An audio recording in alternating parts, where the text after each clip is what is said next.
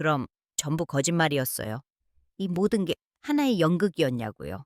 그녀의 목소리는 부서지는 파도처럼 위태롭게 떨리고 있었다. 분노와 배신감, 그리고 그 모든 감정의 바닥에 깔린 깊은 슬픔이 서늘한 바닷바람에 섞여 내 뺨을 때렸다. 나는 아무 대답도 할 수 없었다. 내 침묵이 긍정이라는 것을 그녀는 이미 알고 있었다. 칠흑 같은 밤바다를 등지고 선 그녀의 실루엣이 절망으로 작게 흔들렸다. 그녀를 만나기 전 내 세상은 지극히 평범하고 고요했다. 경기도 외곽의 작은 공방, 아버지가 평생을 바쳤고 이제는 내 것이 된 그곳에서 나는 나무를 만지며 살았다. 공방의 문을 열 때마다 코끝을 맴도는 깊은 나무 향기, 대패질 소리의 규칙적인 리듬, 사포에 쓸려 부드러워지는 나뭇결의 감촉, 그 모든 것이 내 삶의 전부였다. 사람들은 나를 과묵하고 성실한 청년이라 불렀다. 틀린 말은 아니었다. 나는 필요 이상의 말을 하지 않았고 맡은 일은 밤을 새워서라도 끝을 냈다. 그것이 아버지에게 배운 유일한 삶의 방식이었다. 아버지가 돌아가신 지 꼭 1년이 되던 날이었다. 유품을 정리하다가 아버지가 쓰시던 방 깊숙한 벽장 안에서 낡은 오동나무 괴짝 하나를 발견했다. 자물쇠로 단단히 잠겨 있었다. 어릴 적부터 몇 번 본 적은 있었지만 아버지는 유독 그 괴짝에 대해서는 함구하셨기에 나 역시 한 번도 열어볼 생각을 하지 못했다. 하지만 이제 아버지는 없었다. 어쩌면 그 안에 내가 몰랐던 아버지의 이야기가 담겨 있을지도 모른다는 생각에 나는 조심스럽게 자물쇠를 부쉈다. 괴짝 안에는 먼지 쌓인 낡은 노트 한 권과 누렇게 변색된 편지 봉투가 전부였다. 나는 먼저 편지를 집어들었다. 사랑하는 아들 민준에게라고 시작하는 아버지의 필체였다. 심장이 쿵 하고 무겁게 내려앉았다. 이것은 유서였다. 아버지는 암 진단을 받고 이미 모든 것을 예감하셨던 것이다. 편지의 내용은 내 삶을 송두리째 흔들었다. 내가 영웅처럼 여겼던 아버지, 정직과 성실의 표본이었던 그 사람이 아니었다. 편지에는 젊은 시절 동업했던 가장 친한 친구를 어떻게 배신했는지에 대한 끔찍한 고백이 담겨 있었다. 사업 자금을 몰래 빼돌렸고 그로 인해 친구의 회사는 부도가 났으며 모든 것을 잃은 친구는 결국 스스로 세상을 등졌다는 내용이었다. 아버지는 평생 그 죄책감의 무게에 짓눌려 살아왔다고, 그 빚을 갚지 못하고 눈을 감는 것이 한스럽다고 적었다. 노트에는 그 친구의 성, 액싱과 그 가족이 마지막으로 향했다는 작은 바닷가, 마을의 이름이 적혀 있었다. 세상이 무너지는 것 같았다. 내 손에 들린 것은 단순한 편지가 아니었다. 그것은 한 가정을 파괴한 죄의 기록이었고 내가 짊어져야 할 아버지의 어두운 유산이었다. 공방에 가득하던 나무 향기는 역겨운 죄의 냄새처럼 느껴졌고 내 손에 박인 굳은 살은 부끄러운 낙인처럼 보였다. 이대로는 살아갈 수 없었다. 나는 아버지의 죄를 대신 씻어내야만 했다. 그 가족을 찾아가 용서를 구하고 어떻게든 그 빚을 갚아야만 했다. 며칠 밤낮을 뜬 눈으로 고민한 끝에 나는 공방문에 임시 휴업 팻말을 걸었다. 그리고 노트에 적힌 그 낯선 바닷가 마을로 향하는 버스에 몸을 실었다. 제 가슴을 짓누르는 이 무거운 비밀을 안고 저는 그렇게 아버지의 과거를 향한 긴 여정을 시작했습니다. 혹시 제 이야기를 듣고 계신 여러분, 제 선택을 응원해 주신다면 영상에 좋아요 한 번만 눌러주시겠어요? 여러분은 이 이야기를 세계 어디에서 듣고 계신가요? 그리고 혹시 나이가 어떻게 되시는지 여쭤봐도 될까요? 여러분의 따뜻한 댓글이 제게 큰 힘이 될 것 같습니다. 버스는 몇 시간을 달려 나를 낯선 바닷가 마을에 내려놓았다. 버스에서 내리자마자 훅 끼쳐오는 짭짤한 소금기와 비릿한 생선 냄새가 이곳이 항구 마을임을 실감케 했다. 하늘은 잔뜩 흐려 있었고 금방이라도 비를 뿌릴 듯한 잿빛 구름이 낮게 깔려 있었다. 마을은 내가 상상했던 것보다 훨씬 더 작고 외진 곳이었다. 낡은 건물들 사이로 난 좁은 골목길, 끼룩거리며 하늘을 맴도는 갈매기떼, 그리고 방파제에 부딪혀 하얗게 부서지는 파도 소리가 마을의 유일한 활기처럼 느껴졌다. 나는 무거운 배낭을 고쳐매고 아버지의 노트에 적힌 성씨, 서액슈 씨를 찾기 위해 무작정 걷기 시작했다. 마을 사람들은 낯선 이방인인 나를 경계심 가득한 눈으로 힐끗거렸다. 나는 작은 구멍가게에 들어가 담배 한 갑을 사며 주인 할머니에게 슬쩍 서시성을 가진 가족에 대해 물었다. 할머니는 한참 동안 나를 뜯어보더니 방파제 끝쪽에 있는 작은 식당을 손으로 가리켰다. 서씨라면 거기 바다 식당밖에 없지. 아가씨 혼자 고생이 많아. 할머니의 말끝에는 짙은 연민이 묻어 있었다. 나는 심장이 철렁 내려앉는 것을 느끼며 할머니가 가리킨 곳으로 향했다. 방파제 끝, 위태롭게 자리 잡은 낡은 목조 건물에 바다 식당이라는 빛바랜 간판이 걸려 있었다. 식당은 금방이라도 쓰러질 듯 낡고 초라했다. 나는 차마 안으로 들어가지 못하고 멀찍이 떨어진 곳에서 식당 안을 살폈다. 얼마 지나지 않아 한 여자가 음식물 쓰레기통을 들고 밖으로 나왔다. 20대 후반쯤으로 보이는 깡마르고 창백한 얼굴의 여자였다. 질끈 묶은 머리카락, 지친 기색이 역력한 눈빛. 하지만 그 모든 것을 뚫고 나오는 꼿꼿한 자존심 같은 것이 느껴졌다. 그녀가 바로 서연이었다. 아버지의 죄가 핥히고 간 상처를 고스란히 안고 살아가는 사람. 며칠 동안 나는 유령처럼 그녀의 주위를 맴돌았다. 아침 일찍 식당 문을 열고 밤늦게 지친 몸을 이끌고 뒷문으로 퇴근하는 그녀의 모습을 지켜봤다. 병든 어머니를 모시고 있다는 사실도 알게 되었다. 그녀가 홀로 짊어진 삶의 무게가 고스란히 내 가슴을 짓눌렀다. 아버지를 향한 원망과 그녀를 향한 죄책감이 뒤섞여 숨을 쉴 수조차 없었다. 나는 그녀를 도와야만 했다. 하지만 무슨 수로? 내가 누구인지 밝히는 순간 그녀는 내 도움을 경멸하며 걷어찰 것이 분명했다. 고민 끝에 나는 내 유일한 기술을 이용하기로 했다. 며칠 후 나는 허름한 작업복 차림으로 식당 문을 열고 들어갔다. 저기, 일손 필요하지 않으세요? 뭐든 잘합니다. 어색한 내 말에 주방에서 나오던 서연의 눈이 가늘어졌다. 그녀는 나를 머리부터 발끝까지 훑어보며 날카롭게 물었다. 누구세요? 이 동네 사람 아닌 것 같은데? 그녀의 목소리는 겉모습처럼 차갑고 단단했다. 나는 당황하지 않으려 애쓰며 대답했다. 잠시 이 근처에 머물게 됐는데 일자리를 좀 구하고 있습니다. 목수일도 할 줄 압니다. 내 시선이 낡아서 삐걱거리는 식당 문과 금이 간 나무 테이블에 닿았다. 보아하니 손볼 곳이 많은 것 같은데 돈은 안 주셔도 됩니다. 그냥 숙식만 해결해 주시면 안 될까요? 내 제안에 서연의 얼굴에 노골적인 불신이 떠올랐다. 그녀는 코웃음을 쳤다. 이 세상에 공짜가 어디 있다고. 꿍꿍기가 뭐예요? 나는 그녀의 의심 가득한 시선을 피하지 않고 진심을 담아 말했다. 정말 다른 뜻은 없습니다. 그냥 제 기술이 필요한 곳에 도움을 주고 싶을 뿐입니다. 우리는 한참 동안 말없이 서로를 마주 보았다. 그녀의 눈동자 속에서 경계심과 절박함이 싸우는 것이 보였다. 식당은 위태로웠고 그녀에게는 당장 수리비조차 없을 터였다. 긴 침묵 끝에 그녀가 마지못해 입을 열었다. 일단 저 문부터 고쳐봐요. 실력 보고 결정할 테니. 그것은 허락이라기보다는 시험에 가까웠다. 하지만 나는 그것만으로도 충분했다. 그녀의 단단한 벽에 아주 작은 틈이 생긴 순간이었다. 그날 이후로 나는 바다 식당의 비공식적인 일꾼이 되었다. 서연은 여전히 나를 완전히 신뢰하지 않았지만 내 묵묵한 성실함을 외면하지는 못했다.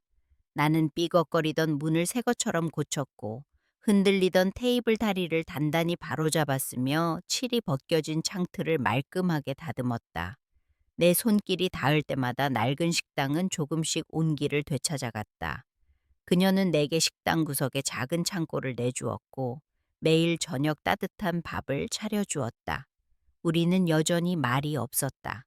하지만 밥상 위에서 숟가락 부딪히는 소리, 내가 연장을 챙기는 소리, 그녀가 그릇을 닦는 소리 같은 일상의 소음들이 어색한 침묵을 채워주었다. 그러던 어느 날 밤, 재앙이 닥쳤다. 그날 오후부터 심상치 않던 바람은 밤이 되자 미친 듯이 울부짖기 시작했다. 라디오에서는 강력한 태풍이 북상 중이라는 경고가 쉴 새 없이 흘러나왔다. 집채만 한 파도가 방파제를 집어삼킬 듯 덮쳤고 낡은 식당 건물은 금방이라도 날아갈 것처럼 맹렬하게 흔들렸다. 나는 잠을 이룰 수 없었다. 그때 창고 문을 두드리는 다급한 소리가 들렸다. 서연이었다. 민준 씨, 큰일 났어요. 어머니가. 빗물에 흠뻑 젖은 그녀의 얼굴은 하얗게 질려 있었다. 식당 안으로 뛰어들어가자 안쪽 방에서 서연 어머니의 거친 기침 소리가 들려왔다. 지병인 천식이 악화된 것이다. 엎친 데 덮친 격으로 쾅 하는 굉음과 함께 식당 지붕 한쪽이 통째로 날아가 버렸다. 차가운 비바람이 그대로 방 안으로 들이쳤다. 서연은 망연자실한 표정으로 주저앉았다. 어떻게, 어떻게. 그녀의 목소리가 절망으로 젖어들었다.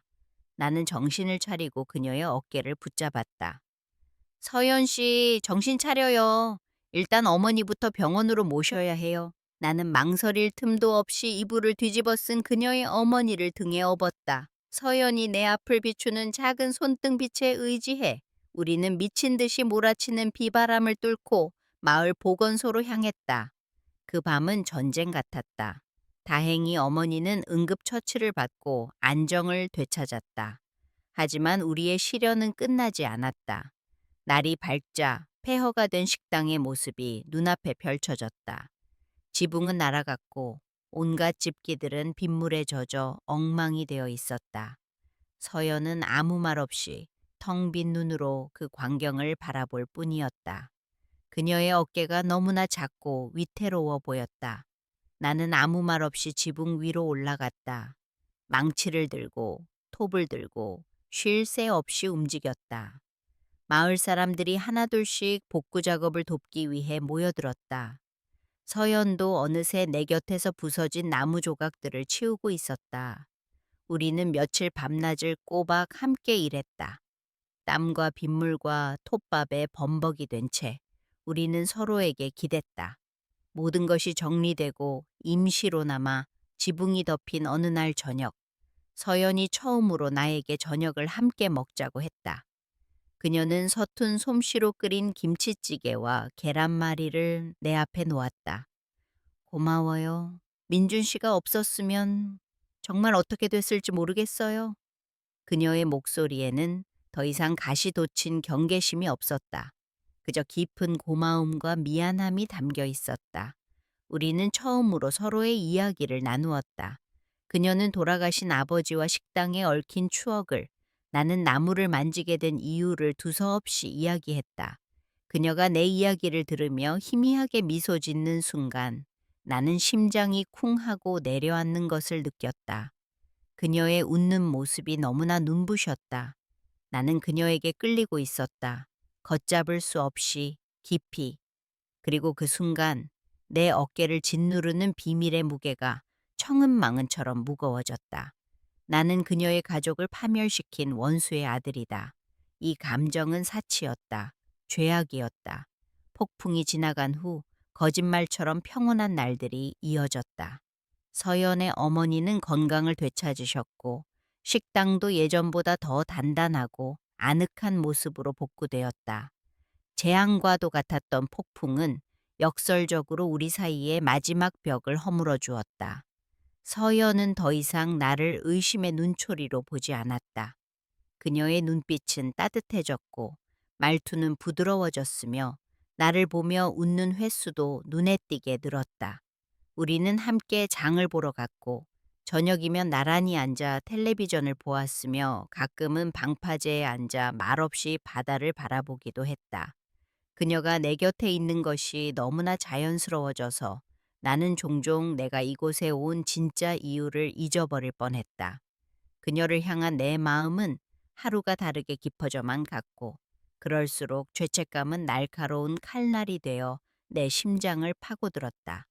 그날은 유난히 하늘이 맑았다. 우리는 오랜만에 식당 문을 일찍 닫고 바닷가를 산책했다. 퇴원하신 어머니가 우리 둘만의 시간을 갖는 게 어떻겠냐며 등을 떠민 덕분이었다. 우리는 폭풍에 밀려온 유목과 쓰레기들이 여전히 널려 있는 해변을 천천히 걸었다. 서연은 내게 완전히 마음을 연 듯 보였다. 그녀는 조심스럽게 내 손을 잡았다. 작고 따뜻한 그녀의 손이 내 거칠고 투박한 손 안에 들어오는 순간 나는 숨을 멈췄다. 민준 씨, 그녀가 붉은 저녁 노을을 배경으로 나를 보며 말했다. 민준 씨는 꼭 선물 같아요. 모든 걸 포기하고 싶었을 때 거짓말처럼 내 앞에 나타났잖아요. 당신이 없었다면 저랑 엄마는 어떻게 됐을까요? 그녀의 눈동자가 고마움과 신뢰로 반짝였다. 그 순수한 빛 앞에서 나는 고개를 들 수 없었다. 선물이라니. 나는 그녀의 인생을 망가뜨린 죄인의 아들인데 그녀가 내민 그 따뜻한 손은 나에게는 불덩이처럼 뜨겁고 고통스러웠다. 이 행복은 도둑질한 것이나 다름없었다. 나는 더 이상 이 거짓된 연극을 계속할 수 없었다. 이 잔인한 기만을 끝내야만 했다. 나는 그녀의 손을 놓고 몇 걸음 뒤로 물러섰다. 갑작스러운 내 행동에 그녀의 얼굴에 당혹감이 스쳤다. 서연 씨, 할 말이 있어요.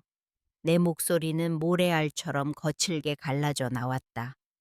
나는 서연 씨가 생각하는 그런 사람이 아니에요. 나는 모든 것을 털어놓았다. 내 이름이 김민준이라는 것부터 내 아버지가 누구였는지, 그리고 20여 년 전 내 아버지가 그녀의 아버지에게 무슨 짓을 저질렀는지까지 내 입에서 나오는 단어 하나하나가 비수가 되어 그녀에게 나라가 박히는 것을 느꼈다.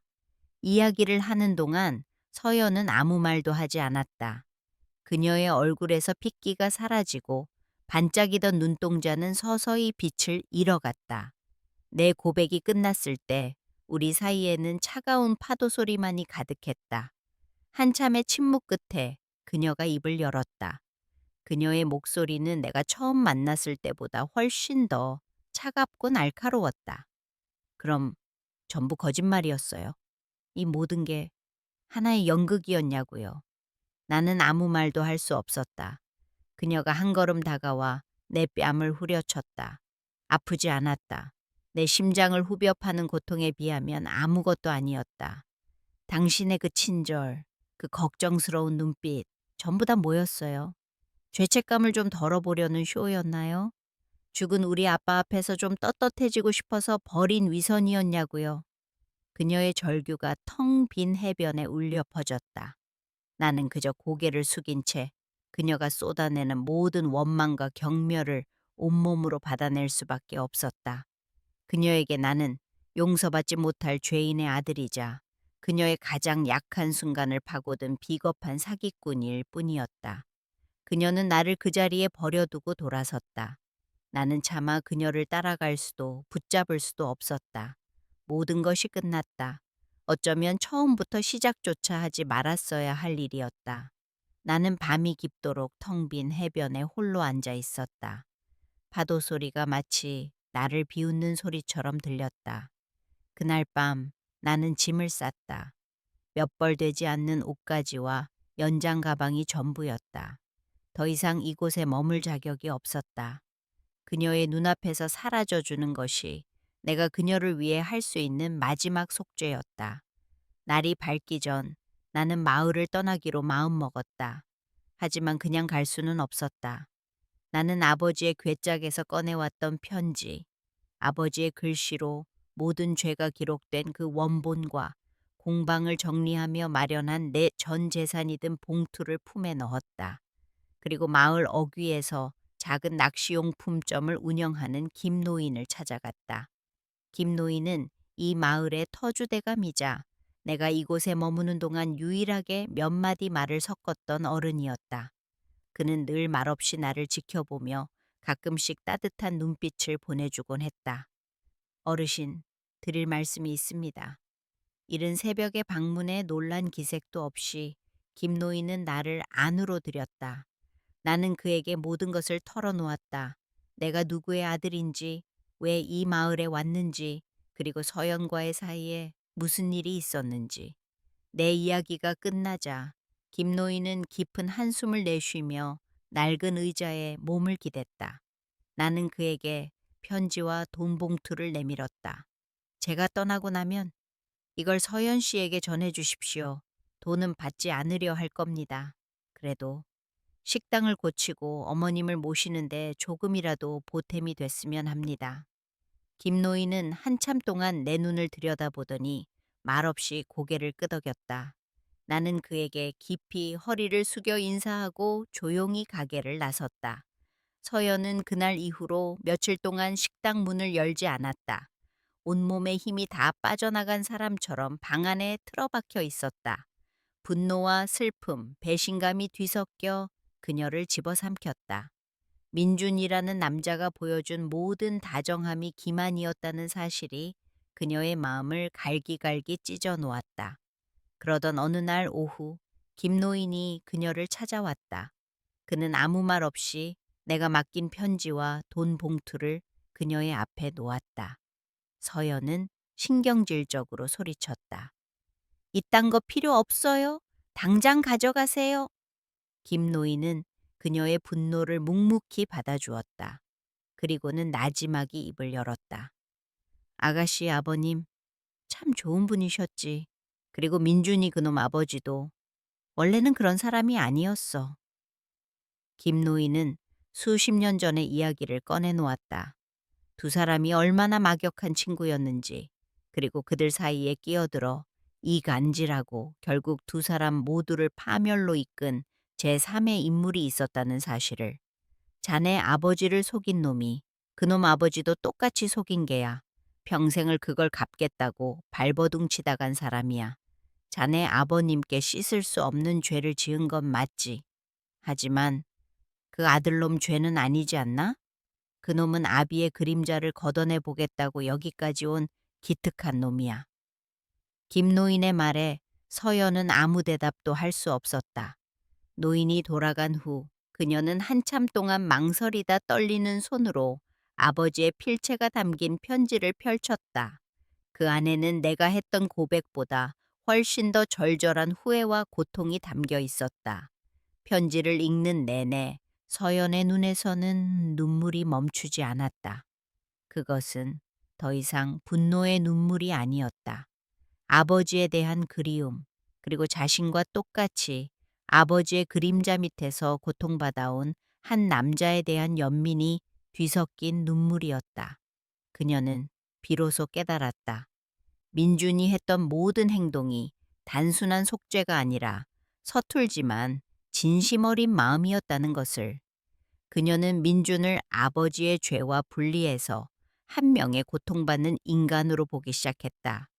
편지를 다 읽은 서연은 자리에서 벌떡 일어났다.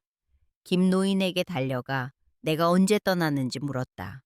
오늘 아침 첫 차를 타고 떠났다는 대답을 듣는 순간 그녀의 심장이 쿵 내려앉았다. 그녀는 뒤도 돌아보지 않고 버스 터미널을 향해 달리기 시작했다. 숨이 턱까지 차올랐지만 멈출 수 없었다. 놓치면 안 된다. 이대로 그를 보내면 평생 후회할 것 같았다.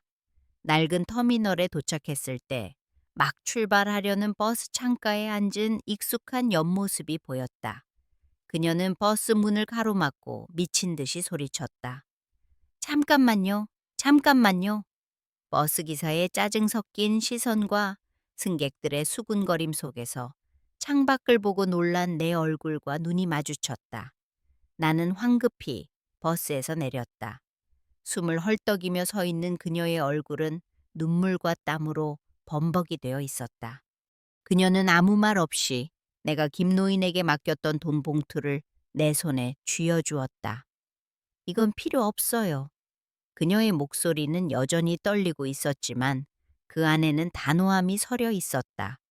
하지만 식당에 문이 하나 더 필요해요. 그리고 나도 사람이 필요하고요. 그것은 완벽한 용서의 말은 아니었다. 하지만 나에게는 세상 그 어떤 말보다 더 큰 구원이었다. 그것은 과거를 딛고 함께 미래를 만들어가자는 서툴지만 진심 어린 초대였다. 몇 달의 시간이 흘렀다. 바다 식당은 이제 마을의 명물이 되었다. 내가 만든 튼튼하고 예쁜 나무 간판이 손님들을 맞았고 식당 내부는 따뜻한 나무 가구들로 가득 찼다. 서연은 주방을, 나는 식당의 수리와 개선을 맡았다. 우리는 여전히 말이 많지 않았지만 이제 침묵은 어색하지 않았다.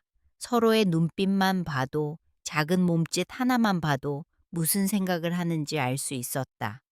과거의 상처가 완전히 아문 것은 아니었다. 가끔씩 그날의 기억이 희미한 통증처럼 우리를 찌르기도 했다. 하지만 이제 우리는 혼자가 아니었다. 서로의 상처를 보듬고 서로에게 기댈 어깨가 있었다. 저녁 노을이 지는 바다를 함께 바라보며 나는 조용히 생각했다. 아버지가 내게 남긴 가장 큰 유산은 부끄러운 죄의 기록이 아니라 나를 내 삶의 가장 소중한 사람에게로 이끌어준 길이었음을. 오늘 이야기가 마음에 드셨다면 앞으로도 계속될 저희의 다음 이야기를 놓치지 않도록 채널 구독과 알림 설정 부탁드립니다. 여러분의 삶에도 과거의 아픔을 딛고 찾아온 소중한 인연이 있다면 댓글로 여러분의 이야기를 들려주세요.